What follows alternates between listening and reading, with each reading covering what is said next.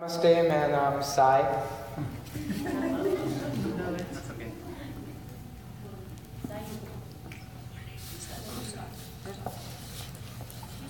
Yes. Okay.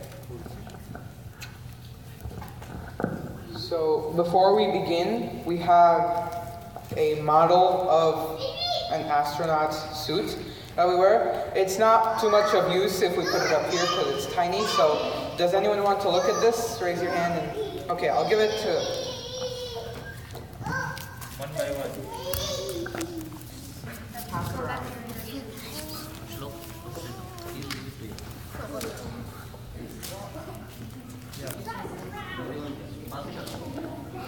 First question, who first landed on the moon? Neil A. Armstrong was a NASA astronaut and the first man on the moon, or more accurately, the first man to set foot on the moon.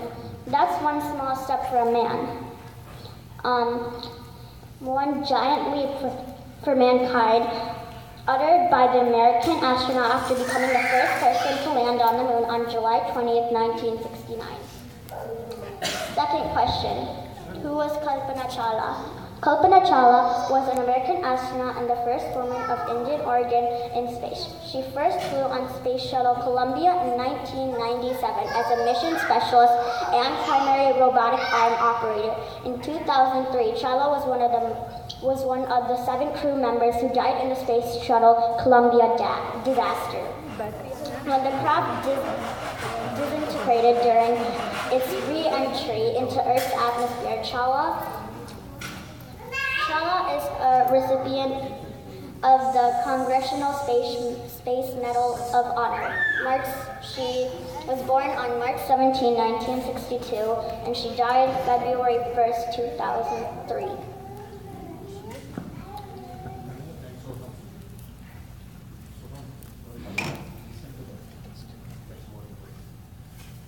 Okay, so third point. What is the ISS space station? For those of you who don't know, ISS is an abbreviation for International Space Station. This spacecraft was built by a teamwork of 5 different space agencies with 15 countries involved, and this spacecraft was a $100 billion project. For those of you who don't know, that's 1 with 11 zeros after it. Yeah? So, the spacecraft is very fast. It completes one entire rotation around the Earth in 90 minutes. It travels at a speed of 17.5 thousand miles per hour. So 175,000 miles per hour. That doesn't really make sense to a lot of us though. So how fast is this?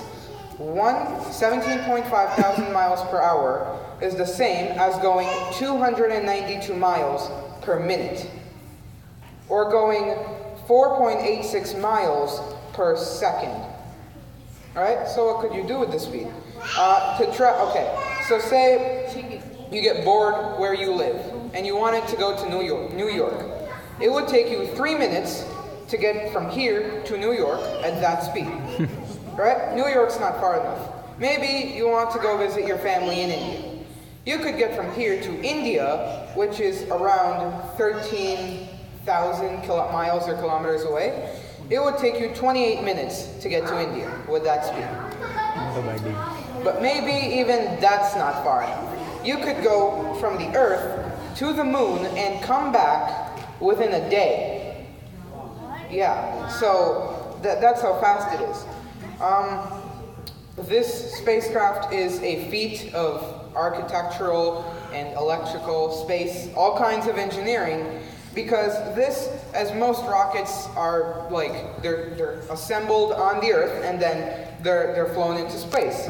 Not the same with this, because there's a lot of parts involved. So what happened with this is every single part was taken up to space individually and it was assembled in orbit. It was assembled in space.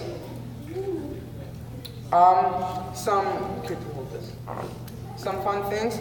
There is a 360-degree viewing window aboard that, a surface aboard it, so you can look. There's like a designated entertainment center in this place. It's like a 360-degree glass bubble, which if you look down on, you see the Earth. Yeah, it's pretty cool. So the surface area, or the area of the spacecraft, is around about the area of one American football field, which is pretty big. But that's all impressive and all, but this orbits at low Earth orbit. So that's very close to the Earth. It's very close, as in it's around 200 miles above the surface. That's the orbit. To compare it, if you have an apple, right? If an apple was the Earth, the stem, how far up does the stem go? Maybe this much? That's how far up the ISS would be orbiting. That's the maximum height of the ISS from the surface. So the surface of the apple would be the surface of the Earth. Due to all it's in space, so it's hard for this to get energy through like electrical wiring and everything. So it has a lot of solar panels, and due to those solar panels, the ISS gets very, very bright.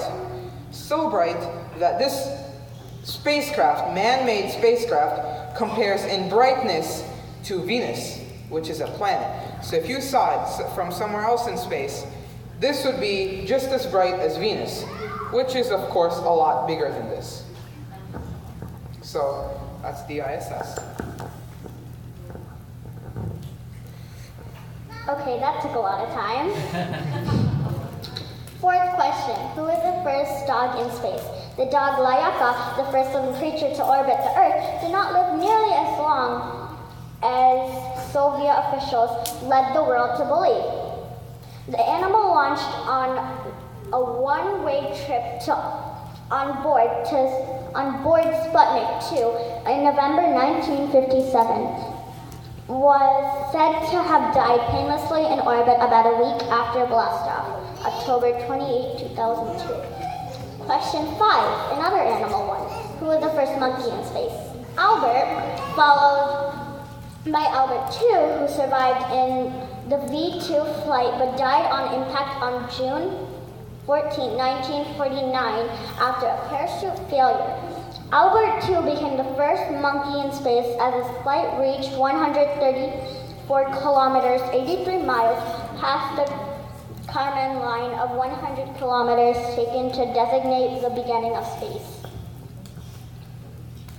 Sixth question. Becoming an astronaut doesn't just happen overnight. It takes many years of education and experience to meet the basic qualifications. Many people aren't accepted on the first try or more than 5 tries, making it a hard job to get. You need passion, hard work, skills, and as an astronaut, Caddy Coleman said, you need to be able to be good at know a lot about a lot of things to become an astronaut. And these are some badges the astronaut suits have. So yeah, that's it. That is not it. Don't say yet. Okay. Hold this again. Okay. So that's nice and all, but back to the ISS, because that's the fun stuff.